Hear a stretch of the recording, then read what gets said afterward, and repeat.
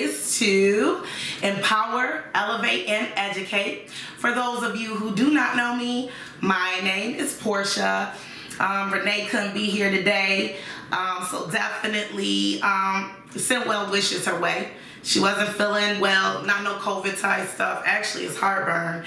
And I don't know if any of you guys ever had bad heartburn, but that can be a life or death situation, especially like when it like moves all the way up your body. You can't even sleep right, and you sitting there twisting and turning. Like, I've had heartburn so bad that like literally it was like a type of situation. So send well wishes her way. Love you, sis. As always, shop something cute, boutique. But how was you guys this weekend? Mine was pretty well.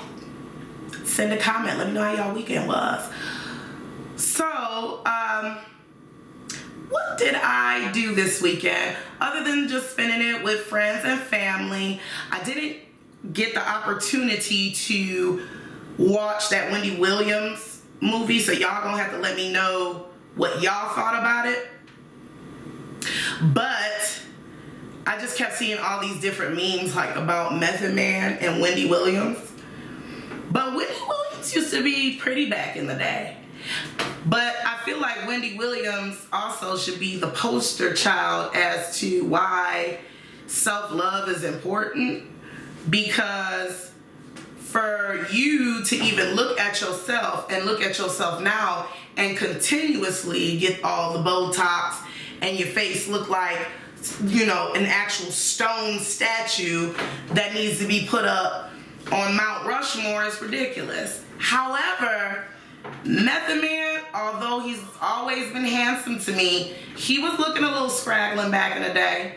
It's literally just how people transform. Some people glow up, and then some people, well, in Method Man's case, he glowed up, right? And then in Wendy Williams' case, she threw up. Like, let me stop. So anyway, so just tell me what you guys thought about that. Tell me what you guys thought about that. I did see another clip today, and that's what made me actually think about the conversation that I wanted to discuss with you guys today.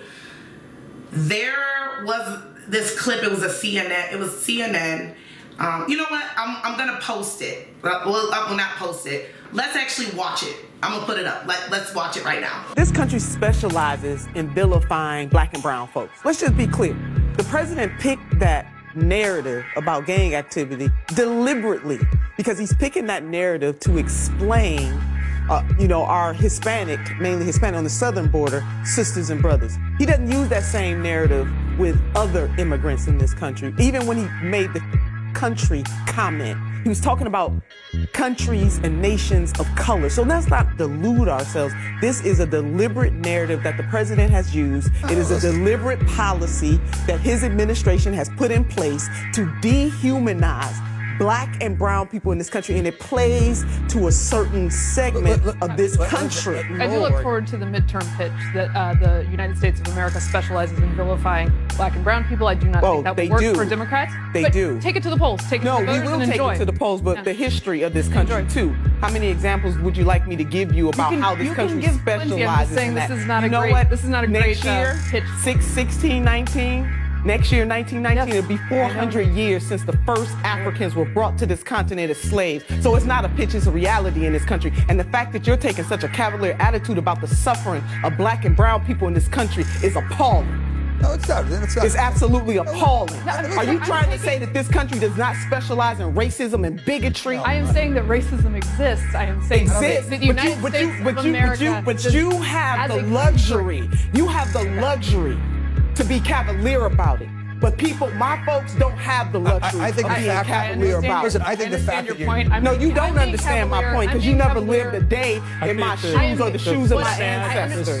This is not a political pitch, This is reality. The United States of America is the freest country on the face of the earth and gives the with all most kinds opportunity. of oppression. I know that, but gives the most opportunity possible to brand us as you're only talking the about other this through a thing political is a lens. I'm problem. talking about this through a life lens. I'm not saying that Republicans have a monopoly on racism and bigotry. What I'm saying is that we have become numb to some of the very real challenges in this country that are being exacerbated by this president. But he didn't invent racism and discrimination. I'll be the first one to say that. But to have people who are not black and brown to be cavalier around this panel, I am highly offended. Okay, well, I am just highly offended by this. All I'm asking is that we don't make it only that. The United States of America is not only that, but that is part of it. That was all I was saying. Did this country enslave Africans? Did this country take away the land of the Native Americans? Did this country have Jim Crow and black codes? That's not in my imagination. No, it's not. And still, there are articles that are being written right now that still says that it'll take about 228 years for the average African American to catch up with the wealth of the average white person in this country. And we all have to care about it. So it is race and it is class. But to say that our country, the country America, was founded on racism and bigotry, David, and it say does. That America specializes. Black men are being shot. Oh my Lord! Say it specializes. It specializes in it. At the end of the day, we're being told to just forget about it. Oh, slavery was such a long time ago. Why are we still talking about this? Like, you know, it's. I don't understand. Racism doesn't exist. Like, there was a time when people was actually saying racism didn't exist. There was a time when people said that we always like throwing out the race card. There was a time that we said that these things were being told to us, and they're still being told to us. But that's because it wasn't affecting them. But as soon as their rights and their freedom is taken away from them, we see how they act. We see that. How many videos have you seen where it's literally, you don't, it's as simple as not even wanting to put on a mask because they want to talk about their freedom and all of that. I mean, I've seen it, literally. Oh, I don't have to wear a mask. It's against, that's not a part of my rights. I don't have to do that. And it's literally only videos of them like that. Because reality of the situation is, unfortunately, black people know how to comply. Well, I won't say unfortunately, but we know how to follow suit. We've been in positions where we are still in positions where we don't have our freedom per se, or we don't have, that level. It's just not an equal level playing. So putting on a mask to us, shoot, I don't like wearing masks, but there's not even a question, am I going to do it? So, or when they felt like the presidential election was being stolen from them, it was them climbing up walls. And ironically, climbing up walls like that, the way they were climbing up those walls on the Capitol, that was horrendous.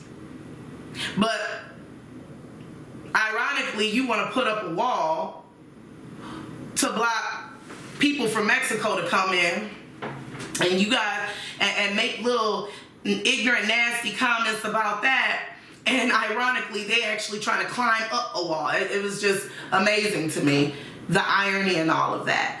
But to get back to what I was saying, though, is why is it that people act blind?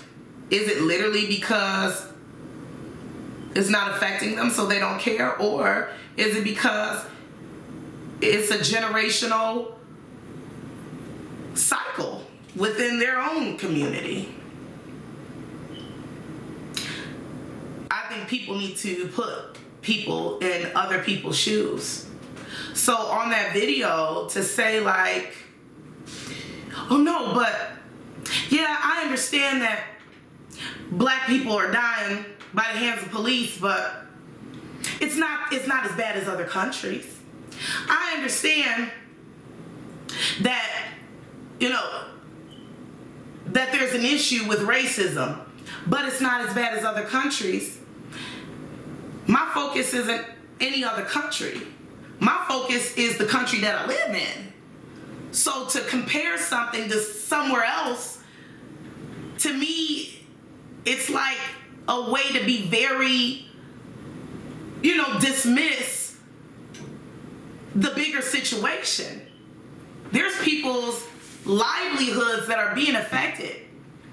We have children being snatched away from their families, their mothers and their fathers, just because they're entering into the country or because they were already here. When it, you know what I'm saying? Well, they were already here, and now all of a sudden mom and dad got to be sent back to where, and the kid was born here, so they can stay. Like, but you know what? But in their mind, but you know what? Yeah, that's bad, but it's not as bad as other countries. How do you say that to somebody? Oh, little Tyrone was shot by a police officer. Yeah, that was messed up, but it wasn't as bad. It's not bad as other countries. How do you say that to somebody who lost a child? How do you say that when you're watching a video of a man's knee literally sitting on someone? You're literally watching the life being taken out of somebody. How do you act so dismissive to that? And it was like, just looking at this sister, she was literally, it was almost like she was pleading for them to hear them, and nobody was listening. I just don't understand how you could be so passive. Is that right? Like, I don't see how you can be so dismissive. That's what it is. Like, I don't see how you can be so dismissive to that. And to me, it's ridiculous. And that's why I say, we know what we know. We know the whys behind it. And that's why I say, like, in order for us to be able to make decisions and have some type of change and really be the owners of our own narrative, it's really important that we,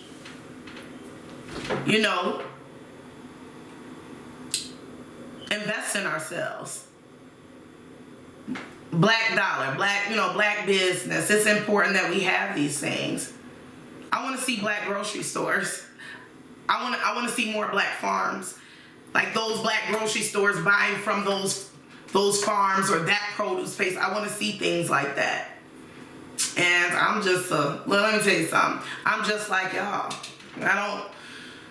I'm not, this, a person that has the answers to everything or a wealthy person. I'm just like you guys, but that's why I want to be able to have these type of discussions, because I want us to be able to formulate some type of blueprint to close these gaps. I want to be able to do that, because I realized, and I don't want to say I realized, but if there was ever a question on the type of power that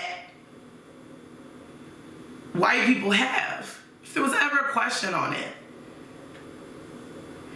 it was shown on January, what is that? I don't know, before the inauguration, when those people stormed the Capitol. Now, I keep hearing on the news that there's supposed to be all these federal charges on such and such and such and such. Man, the fact that they're still talking about it, and it appears that they're still trying to have it's still questionable about the level of terrorism that they're going to charge these individuals with. The fact that that's still a question, I already know ain't nobody going to jail. Not for real. Because there was actual government officials and government officials' children's and family and cousins. These weren't just hillbillies. These were people with power coming up in here. These were like some heavy hitters storming the Capitol. Like people really need to think about that. This wasn't just, you know, a lot of times when people think of racism, they think of like some Ku Klux Klan hillbilly people. Like, no, these were people that had, you know what I'm saying, government officials. So if there was ever a question on the level of power that a certain group has, that was that. That was that day. They looked dead in the camera. Dead in the camera.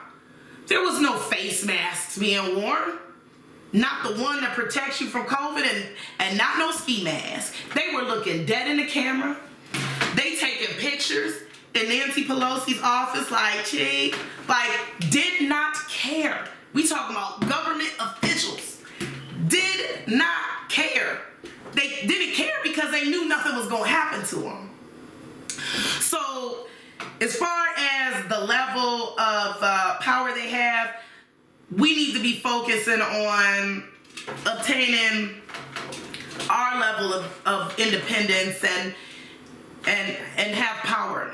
We're not trying to storm the Capitol. That's not our fight. That ain't got nothing to do with us. But as far as just trying to elevate, as far as me trying to elevate, as far as the black dollar, we spend a lot of money, and I think black folks is one of the we spend a lot of money on Gucci and Prada and all this other type of stuff. We probably and we spend probably more money than most on that materialistic stuff, and half time don't even own a house. And look, I'm not passing judgment because I don't own this mug, I don't own this house, but I'm trying to work towards that, and that's why I said we on this journey together. That is why I said we're on this journey together. That's why it's so important for me to give these black business shout outs. And you know, I see a lot of entrepreneur stuff going on right now, and I just want us to be able to be united, just a united front for each other, you know, is definitely important. Because to hear that clip and to hear that woman almost like pleading for them to just listen to her and have her understand, it bothered me. It was almost like when she was talking, all they heard was like, wah, wah, wah, wah, wah, wah, wah. Like it was just very dismissive, and that was extremely bothersome. So I don't see how people could be that blind. I don't see how people could be that blind to be that dismissive, you know. So definitely, you know, tell me your thoughts on that. You know, post the comments and let me know your perspectives and let me know what you guys think, and I'm open for it. You know, we're here to grow together. You know, mentally, physically, spiritually, all that shit. So definitely let me know, you know, what you guys think about that. So with that being said, this is going to be a shorter podcast today, but I just wanted to really just, you know, kind of pose that question. I want to give I want to do my black business shout outs today. One of the black business shout outs is actually an artist. I love art, but what I thought was really dope, there's these sisters, and their name is Rachel and Rebecca, and they're artists from Chicago, but I guess they live in the DC area now. But when I say that their artwork is phenomenal, it is phenomenal. Like I was looking at some pieces that I wanted to buy myself. So if you want to decorate your house and with all the Afrocentric love that you want to bring light up, definitely check out their website, and you know where to find that information in the description link below. Second black business shout out that I want to give a shout out to is Rain Extensions. Rain Extensions, they sell, you know, weaves, wigs, all of that good quality hair. I was looking at some stuff for myself. I know I got locks. However, what if I want to switch it up? What if I want to switch it up? So I was like, man, I'm going to have to go ahead and check out some wigs or whatever, because I may want to switch it up for my birthday. I may want to do that. So definitely check out her website. One thing I thought was real dope about her when I was like reading her about you and stuff like that is she mentions her daughter. That's her and her daughter, like her daughter is the one that inspired her. And I thought that was beautiful because the legacy that she's creating, you know, that's something she can pass down to her daughter, that generational wealth, you know. And I want to be able to do that with my kids. And I guess it was touching for me because with me trying to branch out into real estate, I want to be able to do real estate investing, not just selling homes, but like flipping them. And, you know, as far as being landlord, like the whole nine, I want to get into all of that. And so when I started my LLC last year, I named it after my kids, ZES Investors. That's their initials. My kids all have the same initials because I wanted to be able to pass down my business to them. You know, I think it's important that we have something to pass down to our children, and they should be able to see that too. I think it brings out an entrepreneur spirit in our kids. Like I have my youngest son's like, Mommy, I don't want to work for nobody. He said he want to be his own boss. He said that he wants to own a toy store, you know, kid stuff. But I think that those are the characteristics that we need to be filling our children's brains with. Even investing. Like I went to this real estate, side note, I know I'm getting off on a tangent, but I have to bring this up. I went to this real estate seminar, and in the real estate seminar, the guy said that he was already teaching his daughter how to invest and flip houses, but he did that in a way where, you know, his daughter gets an allowance, right? And he said that he told his daughter, he brings his daughter to the house with him, so she gets to see what the house looks like before the whole, you know, before they do, any type of renovations that need to be done. And he asked his daughter, how much do you want to invest in this house? Whatever you invest in it, depending on what I make on it, I'm going to, you know, give you whatever that percentage back. So what I mean by that is, if he got like 20% or 10% out of what he invested, then that's the percentage that she would get. So if she told her dad, like, okay, I'll put $20 on it, then he's going to give her 10% of that 20, or, you know, 20% of that, or, you know, so forth and so forth. So that was a way that it was kind of like a little game for her to learn how to just invest her money and like receive money back, if that makes sense. So anyway, I thought that was an awesome idea, and it made me think about that with my own kids. And I'm like, man, this is a business that I want to be able to pass on to my kids. So these are things that I need to be instilling in them now. So anyway, back to what I was saying as far as this young lady and her company. I just thought that was so inspiring, because we do, you know what I'm saying? We should be doing this for our kids. We should be that should be what's inspiring us and having that legacy. So definitely check out her website. She definitely seems like a great, you know what I'm saying, just hustler. Like, I was even seeing that she's a landlord. I'm like, girl, you're gonna have to give me some tips. So definitely check her out. Like I said, really good hair, it looks like really good product. So check her out. And then also, as always, Shop Something Cute Boutique, or Shop Something Cute Boutique, Renay's Boutique. The website is shopsomethingcute.com. Definitely check out her clothes and some of the outfits. Very grown and sexy look. I kind of compare it to like I know a lot of us like shopping at Fashion Nova nowadays. It's kind of like along the same lines of that. And the great thing about her stuff is a lot of times when, well, not a lot of times, sometimes when you shop and you get things, buy clothes from boutiques and stuff like that, you may look at the material and be like, man, this ain't really, she has great material. She knows, she has an eye for looking for stuff. So definitely check her stuff out as well. So with that being said, like, share, and subscribe. And also let me know, like I said to you before, let me know your thoughts on today's topic.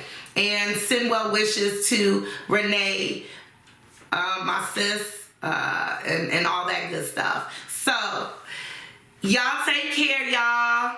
Love you.